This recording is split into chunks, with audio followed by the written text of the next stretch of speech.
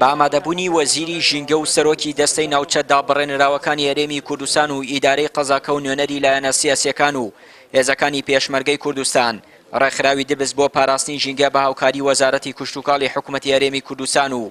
دەستەی ناوچەکانی دەرەوەی ئیدارەی هەرێمی کوردستان دەستی کرد بە چاندنی 2000 نەمامی جۆراوجۆر لە دەبس و ناوچەکانی تری کەرکووک. بەڵێ ئێمە سەردانی پەرلەمانی کوردستانمان کرد دەستی پەرلەمانی کوردستان لە دابڕاوەکان کتابێکمان کرد بۆ ئەنجومەنی وەزیران 2000 نەمامان وەرگە لە ڕێی وەزاری کوشتوکاڵی هەرێمی کوردستان نەنا کوشتوکاڵ ژینگە پشتمان پشتیوانیمان کرد بەڕاستی جەنابی وەزیر و وەزیر نەوچە دابڕاوەکان دەستمان بە ئەو نەمامە دەستمان کرد ئەمڕۆ حەملەکەیە 2000 نەمامە لە دوو بزەوە دەست پێکەین بۆ کەرکووک و شوێنەکان تەرچوونە گشتەکان. لای خۆیەوە سەرۆکی دەستەی ناوچە دابڕێنراوەکانی هەرێمی کوردستان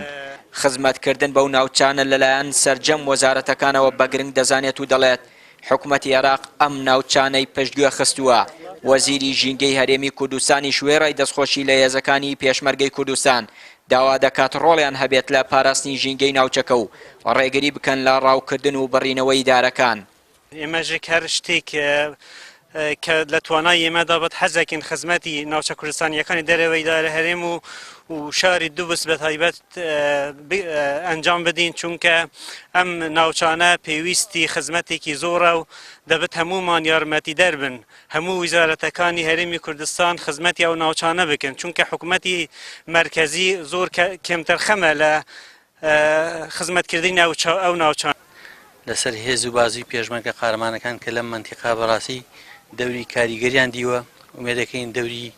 باشتر و چاکتریش ببینن بۆ پاراستنی ژینگەی دەڤەرەکە هەم لە پاراستنی ڕاوی نایاسایی کە لە مەنتیقەکە کۆنتڕۆڵ بکەن هەم بڕینەوەی ئەو درەختانەی کە لە مەترسیان لە مەنتیقەکە و ئێمەش بەش بە حاڵی خۆمان ئەوەی کە لە توانامانە هەبێ بۆ خزمەتکردنی ئەم دەڤەرە لەگەڵ لایەنە پەیوەندیدارەکان لە خەتا هەبین. لەلایەکی ترەوە قایموقامی قەزای دووبس نیگەرانە لە نەبوونی پرۆژە خزمەتگوزاریەکان و داوا دەکات حکوومەتی هەرێم ئاور لەو شارە بداتەوە. ئەم سنوورەش لەبەر ئەوەیەکەوە ئەم سەروەت و سامانەی لێیە بەس مع الأسف خەڵکی ئەم سنوورە هیچ سوودمەند نەبووە لەم سەروەت و سامانەی هەیە لە دوای 2003 ئێمە تەنها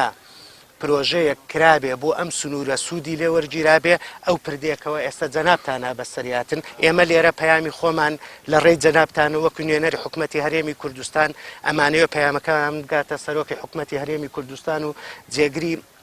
سەرۆکی حکوومەتی هەرێمی کوردستان ئەبێ ئاوڕێ لەم سنوورە بدرێتەوە.